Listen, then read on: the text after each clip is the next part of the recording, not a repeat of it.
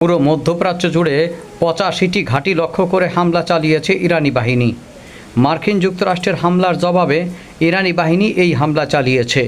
পুরো ভূমধ্যসাগরীয় অঞ্চল জুড়ে যে সকল অবস্থানে মার্কিন সামরিক অবস্থান রয়েছে মনে হয় কোনোটাই এবার আর বাদ যায়নি।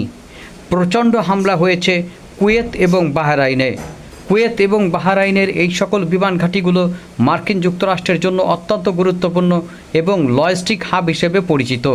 এর বাইরে মধ্যপ্রাচ্যের যে সকল দেশগুলোতে মার্কিন বাহিনীর ঘাঁটি রয়েছে কোনোটাই বাদ দেয়নি ইরানের সামরিক বাহিনী। বন্ধুরা, মার্কিন বাহিনীর ৮০টি লক্ষ্যবস্তুতে হামলার জবাবে ইরান ৮৫টি লক্ষ্যবস্তুতে হামলা চালিয়েছে। অর্থাৎ মার্কিন বাহিনীর চেয়ে ৫টি বেশি লক্ষ্যবস্তু বেছে নিয়েছে তারা, এবং এই হামলায় বৃহত্তর বিকট শব্দ শোনা গিয়েছে টার্গেটেড লক্ষ্যবস্তুগুলোতে। ইরানের নৌবাহিনী এবং আইআরজিসির মহাকাশ বিভাগ সমন্বয়ের মাধ্যমে এই হামলা চালিয়েছে। বন্ধুরা, কুয়েত এবং বাহরাইনের সমন্বিত হামলার উদ্যোগ ছিল আরও সবচেয়ে বড় করে। বাহরাইনের মার্কিন যুক্তরাষ্ট্রের পঞ্চম নৌফ্লিট বা ফিফথ নৌফ্লিটের সদর দপ্তরে সাইরেন বেজে ওঠে। সেখানে বিমান হামলার সাইরেন বেজে ওঠে এবং এখানেও হামলা হয়েছে সর্বশেষ অবস্থায় জানা গেছে। এর বাইরে কুয়েতের লজিস্টিক এবং অন্য যে সকল প্রধান বিমান ঘাঁটি ছিল মার্কিন যুক্তরাষ্ট্রের সেই লজিস্টিক এবং প্রধান বিমান ঘাঁটির মধ্যে রয়েছে আরিফজান বিমান ঘাঁটি এবং আরেকটা লজিস্টিক এবং গুরুত্বপূর্ণ বড় ধরনের বিমান ঘাঁটি আছে আলী আল সালেম। কুয়েতের এই আলী আল সালেম বিমান ঘাঁটি অত্যন্ত গুরুত্বপূর্ণ মধ্যপ্রাচ্য ভিত্তিক অপারেশনগুলো পরিচালনা করার জন্য। বন্ধুরা, আলী আল সালেমে বিমান হামলা চালিয়েছিল ইরানি বাহিনী। সুতরাং সেখানে ড্রোন এবং ক্ষেপণাস্ত্রের মাধ্যমে সমন্বিত হামলা পরিচালনা করেছে আইআরজিসির মহাকাশ বিভাগ। তাদের তরফ থেকে জানানো হয়েছে বিধ্বংসী ক্ষেপণাস্ত্রে হামলার সাথে আত্মঘাতী ড্রোন হামলার সমন্বয়ের মাধ্যমে সেখানের অনেক কিছুই উড়িয়ে দেওয়া হয়েছে। বন্ধুরা, ৮৫টি টার্গেট কম নয়। সমন্বিত হামলার মাধ্যমে পুরো মধ্যপ্রাচ্য জুড়ে এক প্রকার ভীতির পরিবেশ সৃষ্টি হয়েছে। আবারও মার্কিন যুক্তরাষ্ট্র এবং ইরানের মধ্যে কৌশলগত যুদ্ধবিরতিটি বা সিজফায়ারটি ভেস্তে দেওয়ার উপক্রম হয়েছে। ইতিমধ্যে মিস্টার ডোনাল্ড ট্রাম্প বলেছেন যে ইরানের সাথে যে যুদ্ধবিরতির ব্যাপারটি ছিল সেটি বাতিল হয়ে গেছে, এবং তিনি খুব খারাপ ভাষায় ইরানি নেতাদের মন্তব্য করেছেন। বন্ধুরা, তারা অমানুষ বা এমন কিছু একটা তিনি বলেছেন। সুতরাং এই সিচুয়েশনে মার্কিন যুক্তরাষ্ট্রের যদি অবস্থান এই হয়, ইতিমধ্যে মিস্টার পিটার হেগসেথ মার্কিন প্রতিরক্ষামন্ত্রী ইসরায়েলে সফর করছে। বন্ধুরা, সামগ্রিক ব্যাপারগুলো একে একে দুই মিলিয়ে আসলে কি বলা যাচ্ছে, সম্ভবত এখানে ইসরায়েল এই নামক দেশটি সবচেয়ে বেশি খুশি হবে। অর্থাৎ মার্কিন যুক্তরাষ্ট্র এবং ইরানের মধ্যে সিজফায়ারটি যদি শেষ পর্যন্ত কার্যকর না হয়, যে দেশটি সবচেয়ে বেশি খুশি হবে সেই দেশটির নাম হচ্ছে ইসরায়েল, এবং যে দেশটি সবচেয়ে বেশি মারা খাবে সেই দেশটির নাম হচ্ছে আমেরিকা। মার্কিন যুক্তরাষ্ট্র এই মুহূর্তে যুদ্ধটি যদি বন্ধ না করতে পারে তাহলে মিস্টার ডোনাল্ড ট্রাম্পের বড় ধরনের একটি মূল্য দিতে হতে পারে।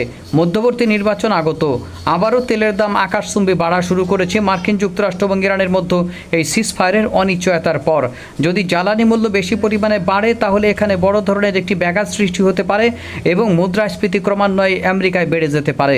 সামগ্রিক বিষয়গুলো মূল্যায়নে নিয়ে মূলত এখানে নেতানিয়াহুর জন্য আসছে প্রচণ্ড রকম এক আনন্দের উপহার, আর মিস্টার ডোনাল্ড ট্রাম্পের জন্য চলে আসছে এক বিশাল রকমের বিষাদের ব্যাপার। যুদ্ধবিরতির ব্যাপারটি যদি মিস্টার ডোনাল্ড ট্রাম্প পরিপূর্ণ মাত্রায় কার্যকর করতে না পারেন তাহলে তার মূল্য দিতে হতে পারে ভবিষ্যতে। এখন বক্তব্য হলো, মিস্টার ডোনাল্ড ট্রাম্প কি ইসরায়েলি লবিংয়ের চাপে পড়েছেন, নাকি তিনি সুনির্দিষ্ট পরিকল্পনার মাধ্যমে যে চুক্তিটি করেছিলেন ইরান এই চুক্তিটি মানছে না, এই ব্যাপারটির মাধ্যমে এখান থেকে বের হয়ে যেতে চাইছেন?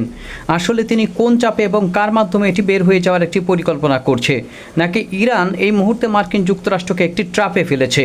যে ইরান যে সকল চুক্তি করেছে মার্কিন যুক্তরাষ্ট্রের সাথে, আসলে কোন পক্ষ যে মানছে না এখনও পর্যন্ত নিরপেক্ষভাবে বাস্তবায়ন বা যাচাই করা এখনও সম্ভব হয়নি।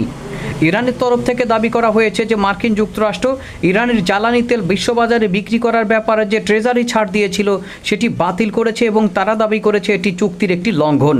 অন্যদিকে মার্কিন যুক্তরাষ্ট্র দাবি করেছে হরমুজ প্রণালীতে ৩ থেকে ৫টি জাহাজে হামলার মাধ্যমে ইরান যে কার্যকলাপ করেছে, এই কারণে ইরানের যে জ্বালানি বিক্রিতে যে ছাড় ছিল মার্কিন যুক্তরাষ্ট্রের ট্রেজারি বিভাগের তরফ থেকে সেটি বাতিল করা হয়েছে আজকে।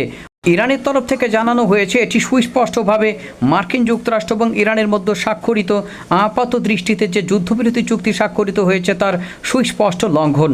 ওদিকে মার্কিন যুক্তরাষ্ট্রের তরফ থেকে দাবি করা হয়েছে যে ইরান প্রতিনিয়ত বেসামরিক জাহাজ এবং জাহাজে অবস্থানরত বেসামরিক নাগরিকদের জীবন হুমকিতে ফেলছে, আর এ কারণে তারা পাল্টা হামলা হিসেবে এই প্রথমবারের মতো যুদ্ধবিরতি কার্যকর হওয়ার পর প্রচণ্ড রকমের বিধ্বংসী হামলা চালিয়েছে এবং ইরানের এই হরমুজ প্রণালীর আশেপাশে ভিত্তিক হামলার সক্ষমতাকে কমিয়ে দেওয়ার জন্য কমপক্ষে ৮০টি লক্ষ্যবস্তুকে টার্গেটে রূপান্তরিত করে প্রচণ্ড রকমের হামলা চালিয়েছে, যার মধ্যে রয়েছে কমান্ড কন্ট্রোল সেন্টার, ড্রোন উৎপাদন কেন্দ্র, ড্রোন উৎক্ষেপণ কেন্দ্র এবং অন্য যে সকল ক্ষেপণাস্ত্র উৎক্ষেপণের সিস্টেমগুলো ছিল সেখানে, সর্বোপরি এয়ার ডিফেন্স সিস্টেমগুলোতে অর্থাৎ আকাশ প্রতিরক্ষা ব্যবস্থা ভিত্তিক অবস্থানগুলোতে।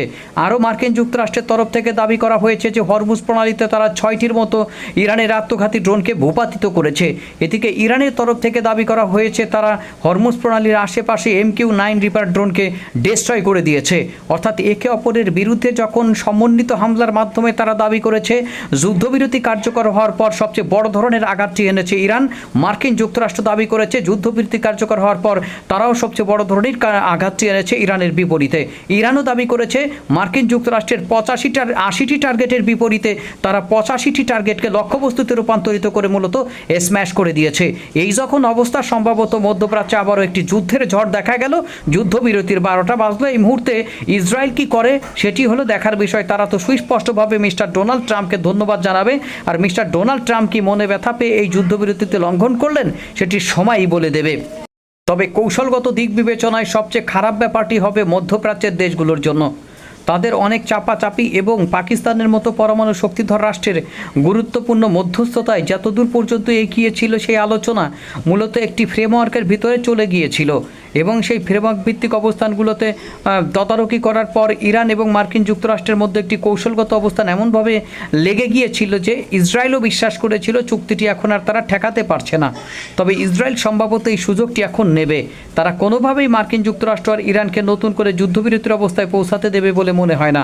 তবে মার্কিন যুক্তরাষ্ট্র আমার মনে হয় যাই হোক না কেন ইরানের সাথে আবারও সর্বোচ্চ চেষ্টা চালিয়ে যাবে একটি গুরুত্বপূর্ণ যুদ্ধবিরতির ব্যাপার সর্বশেষ পর্যায় পর্যন্ত সাকসেস করার জন্য। এই মুহূর্তে মিস্টার ডোনাল্ড ট্রাম্প আপসেট হবে, কারণ তিনি খুব করে চেয়েছিলেন যুদ্ধবিরতিটি ঠিকঠাক। কারণ অভ্যন্তরীণ অর্থনৈতিক চাপ থেকে শুরু করে মধ্যপ্রাচ্যের মিত্রদের সামরিক বা কূটনৈতিক চাপ এটি কম কিছু নয়। পুরো ব্যাপারটি বা সেটেলমেন্টটি ঠিক রাখতে হলে অবশ্যই মধ্যপ্রাচ্যের মিত্রদের মতামতের গুরুত্ব দিতে হবে।